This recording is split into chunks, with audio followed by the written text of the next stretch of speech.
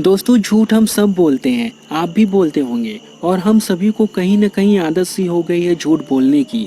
लेकिन हम सब झूठ क्यों बोलते हैं? क्या है इसके पीछे की वजह? चलिए इस वीडियो में आपको बताते हैं।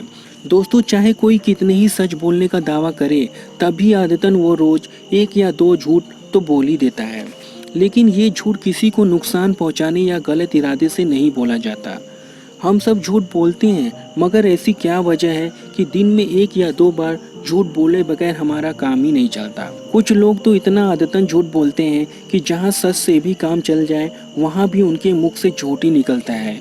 वैसे झूठ बोलने की अनिवार्यता के बारे में करीब 2 दशक पहले कैलिफोर्निया यूनिवर्सिटी के सामाजिक मनोविज्ञान पढ़ाने वाले प्रोफेसर बेला डे पालो ने अलग तरीके से स्पष्ट किया है।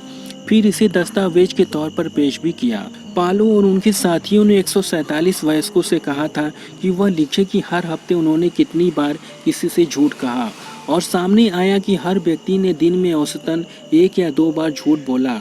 इनमें से ज़्यादातर झूठ किसी को नुकसान पहुंचाने वाले नहीं थे, बल्कि उनका उद्देश्य अपनी कमियां छुपाना या दूसरों की भावनाओं को बचाना था। लेकिन बाद में की गई एक और अध्ययन में पालो ने पाया कि ज़्यादातर ने किसी मौके पर 1 या 1 से ज़्यादा बार बड़े झूठ भी बोले हैं, जैसे शादी के बाहर किसी रिश्ते को छुपाना और उसके बारे में झूठ बोलना। दोस्तों बचपन में हम सबने सुना है कि झूठ बोलना पाप है, नदी किनारे सांप है।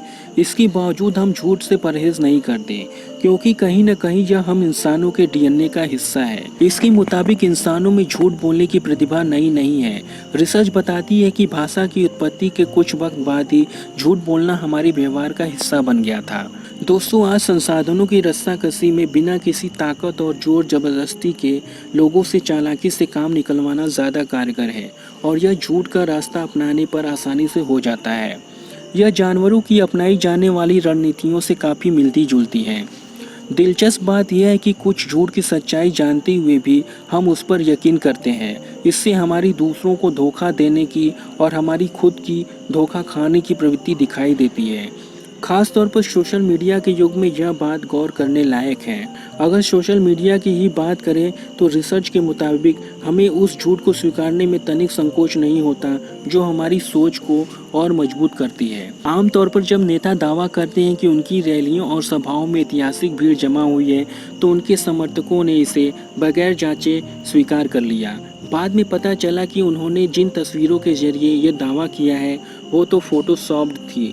इसके बावजूद हम उसे झूठ मानने से इनकार करते हैं, क्योंकि यह बात कहीं न कहीं हमारे बने बनाए विचारों का समर्थन करती है। वैसे जानकारों का मानना है कि झूठ बोलने की आदत हमारी विकास का वैसा ही हिस्सा है जैसे कि चलना फिरना और बोलना।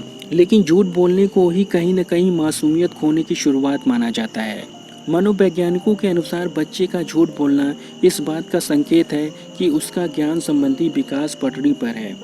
उम्र के साथ बच्चे बेहतर तरीके से झूठ बोल पाते हैं। झूठ बोलने के दौरान दूसरे पक्ष के दिमाग उसकी सोच को समझने के तरीके को थ्योरी ऑफ माइंड कहा गया है। बच्चों के झूठ में धीरे धीरे इस थ्योरी का असर दिखाई देने लगता है। जब वह यह सोचकर झूठ बोलते हैं कि ऐसा बोलने पर मम्मी क्या सोचेगी, और इसलिए इसे किसी दूसरे तरीके से कहा जाए तो बेहतर होगा।